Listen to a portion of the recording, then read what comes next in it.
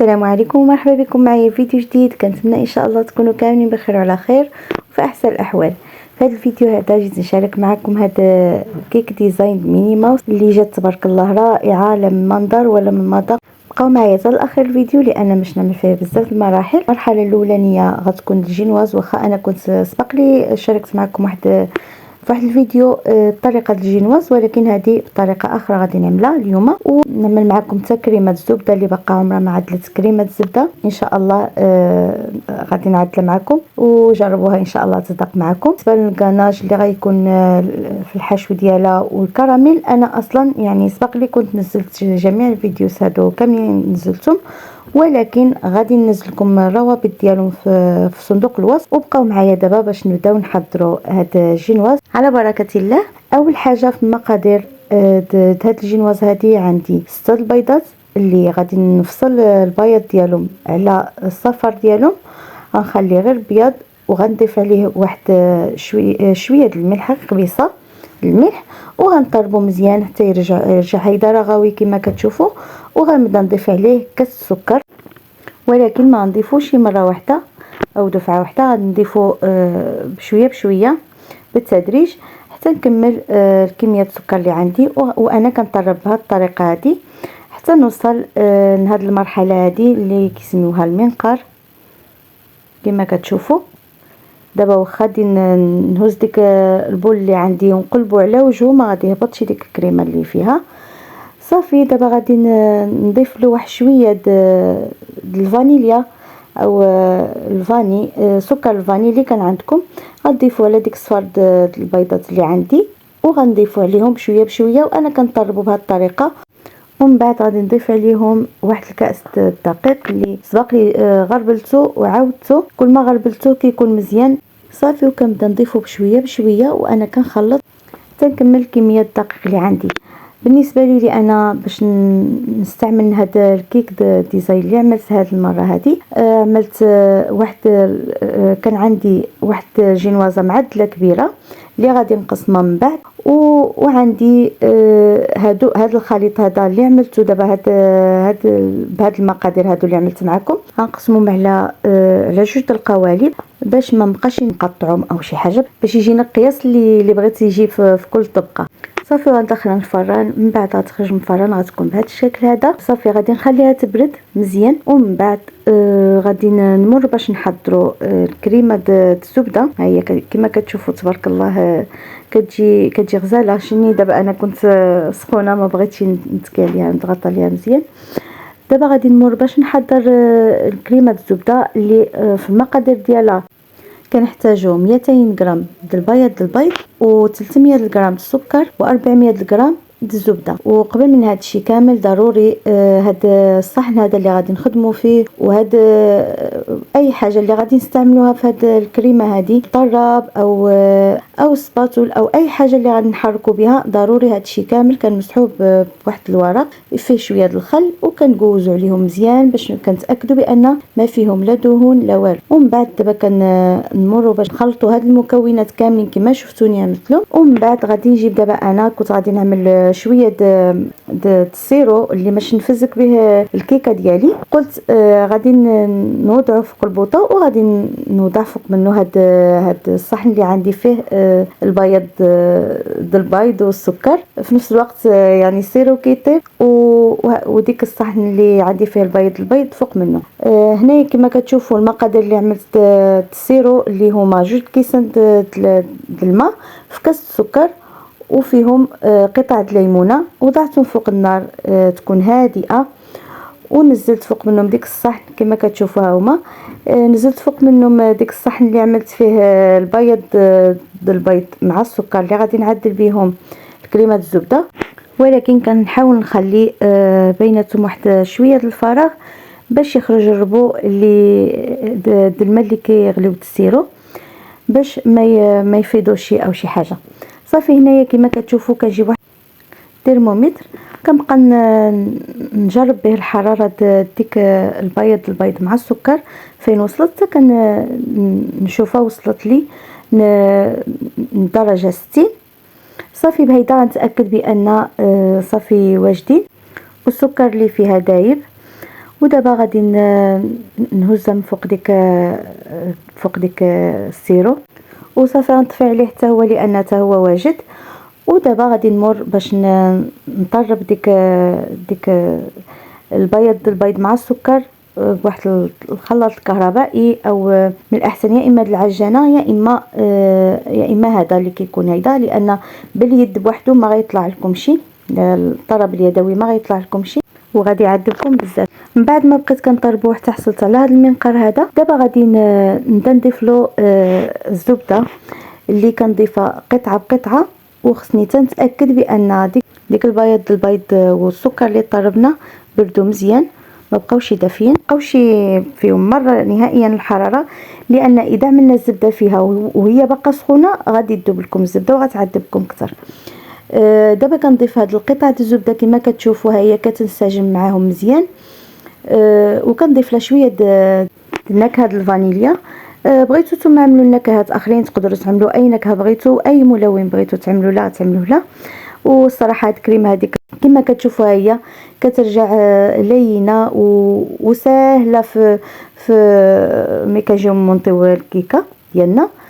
وبالنسبه لهذا كان الكاناج الشوكولا اللي انا غادي ننزل لكم الرابط ديالو في صندوق الوصف. وهذا حتى هو الكراميل اللي عدلته، اللي سبق لي اصلا نزلت الفيديو ديالو في القناه، ودابا نخلي لكم الرابط ديالو في صندوق الوصف حتى هو. دابا كما كتشوفوا انا حضرت جميع الكريمات اللي باغيه وعملتهم في القمع ديالهم. الكريمه الكراميل وهي كما كتشوفوها كتجي لم الشكل ديالها ولا المذاق ديالها كيجي روعه. والكناش ها هو، وهادو الكريمات الزبده ديالي اللي غادي نحتاج. وبالنسبه لهادو انا جبت هاد البسكويت عفوا اللي كياكلوه العيال. وهذا عندي هنايا اللوز محمر ومطحون، وكما كتشوفوا عندي السيرو اللي كنت حضرته هو عندي في ديك القريعه اللي كتشوفوا، وهادو الجنواز اللي كنت حضرت. ودابا غنبداو نمونطيو الكيكه ديالنا على بركه الله. دابا انا بالنسبه للكريمه ما عمرتلاش وسطها بالكريمه الزبده بزاف، عملت لها غير كنغطي غير السطح ديال الكيك ديالي. المهم كنعمل غير واحد الطبقه رقيقه باش غادي نعمرها بكاناش وبالكراميل، هما اللي غادي نعملهم زايدين شويه باش غادي نعمر بهم القلب ديال الكيك. وانا طالعه بهاد الطبقات هيدا بهذا الشكل هذا كما كتشوفوا نفس الطريقه تنكمل طبقات الجينواز اللي عندي.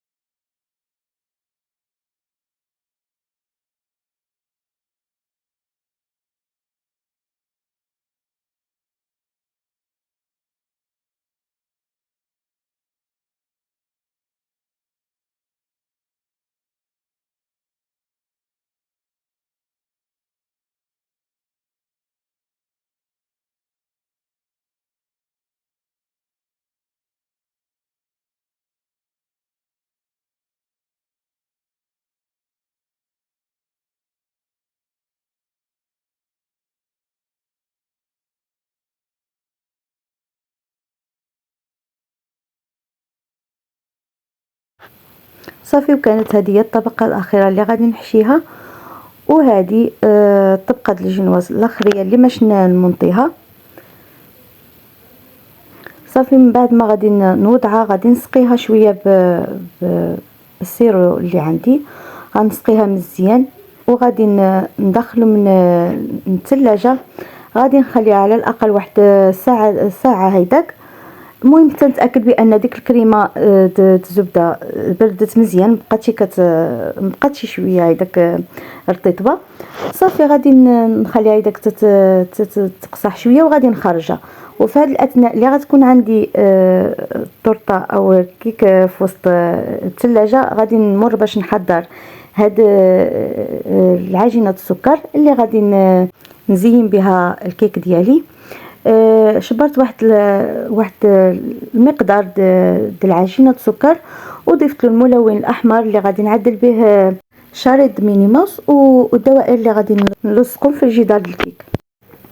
وهنا انا ملي كنت كنعدل هذا الشيء هذا حسب لي الكاميرا شابره ديك الموطع كامل، وهي ما كانش كيصور لي كلشي، ما كانتش الكاميرا شابره كلشي، وما ظهرش كيفاش كنت كنعمل الطريقه، ما ظهرتش مزيان الطريقه هذه. عدلت انا هذا اللاصو هذا، ودابا غادي نعدل الشريط اللي كيكون منزل عليه هذا اللاصو صافي. ومن بعد ما نكمل هذه الطريقه هذه هذا اللاصو غادي نعدل ديك الدوائر اللي غيكونوا باللون الابيض. المهم بقاو معايا وشوفوا الطريقه كيفاش كنعملها. واللي ما فهمش مزيان او بغى نعاود له الطريقه يكتبها لي في التعاليق، خليها لي في التعاليق ونعاودوا في فيديو اخر ان شاء الله.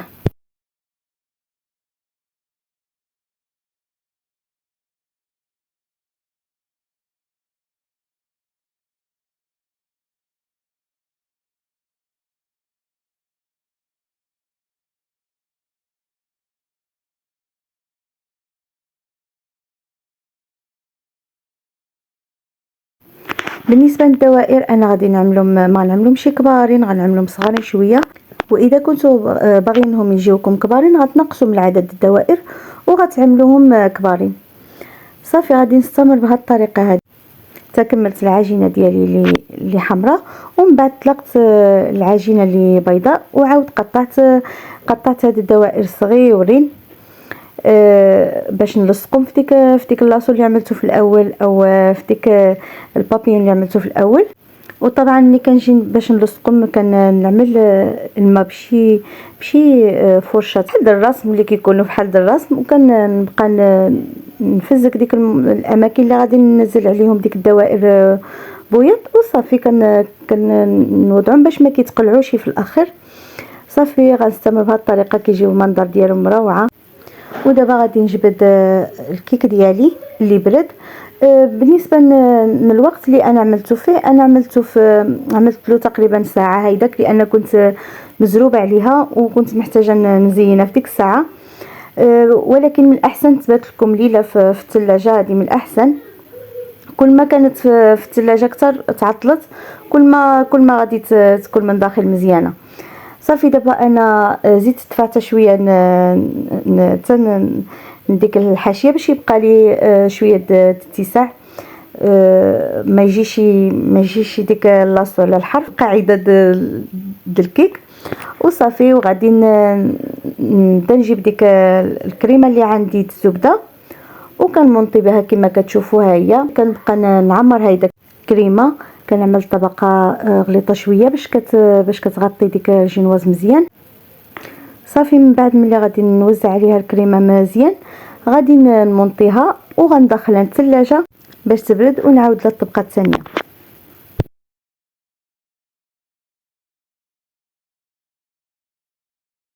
ودابا من بعد ما كملت التغليفه الاولانيه ودخلتها للثلاجه وزدت 3 تغليفات ثانيه، جات بهذا الشكل هذا. ومن بعد ما بردت دابا غادي نزينها بهاد الدوائر اللي عدلتهم بالعجينه السكر. ودابا كما كتشوفوا هذا هو المقطع اللي كيعجبني انا بزاف، اولا ديال المرحله اللي كتعجبني انا بزاف، كنستمتع فيها الصراحه. اي واحد يستمتع في هذه المرحله هذه. هذه كتبقاو تفننوا فيها كما بغيتو، كتعملوا الشكل اللي بغيتو نتوما صافي. دابا غادي نجيب ديك اللاصو او ديك البابيون ديالي وديك الشريط اللي غادي نعمل صافي. كنبقى نجرب ونعدل حتى كنعملها في الموطع اللي بغيت اولا بالشكل اللي بغيت صافي. ديك الساعه غادي نعمل فوق منها ديك اللاصو وزينتها بهذا الشكل هذا اللي كتشوفوا. ومن بعد جبت شويه د الملون او الملون بودره، عملت له شويه د الماء، فزقته شويه باش ما يخففش بزاف.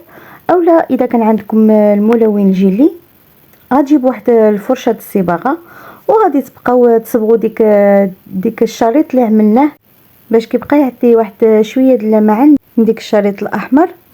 وصافي غنستمر بهذه الطريقه هذه تنكمل ديك الشريط اللي عندي كامل. والصراحه هذا الفيديو هذا ضربت فيه بزاف وكنتمنى يا ربي نكون فدتكم ولو بالقليل في هذا الفيديو هذا، ونكون خفيفه على قلوبكم، ما نكونش ثقلت عليكم في هذا الفيديو. وبهيدا غادي نكون وصلنا لنهايه الفيديو اليوم. اذا عجبكم هذا الفيديو هذا ما تنسوش تخليوا لي التعليقات ديالكم مزيونين، وما تنسوليش اللايكات لانه هما اللي كيطلعوا الفيديو، وتبارطاجوا الفيديو مع الاصدقاء ديالكم الاحباب ديالكم. والى فيديو اخر ان شاء الله، خليتكم على خير، مع السلامه.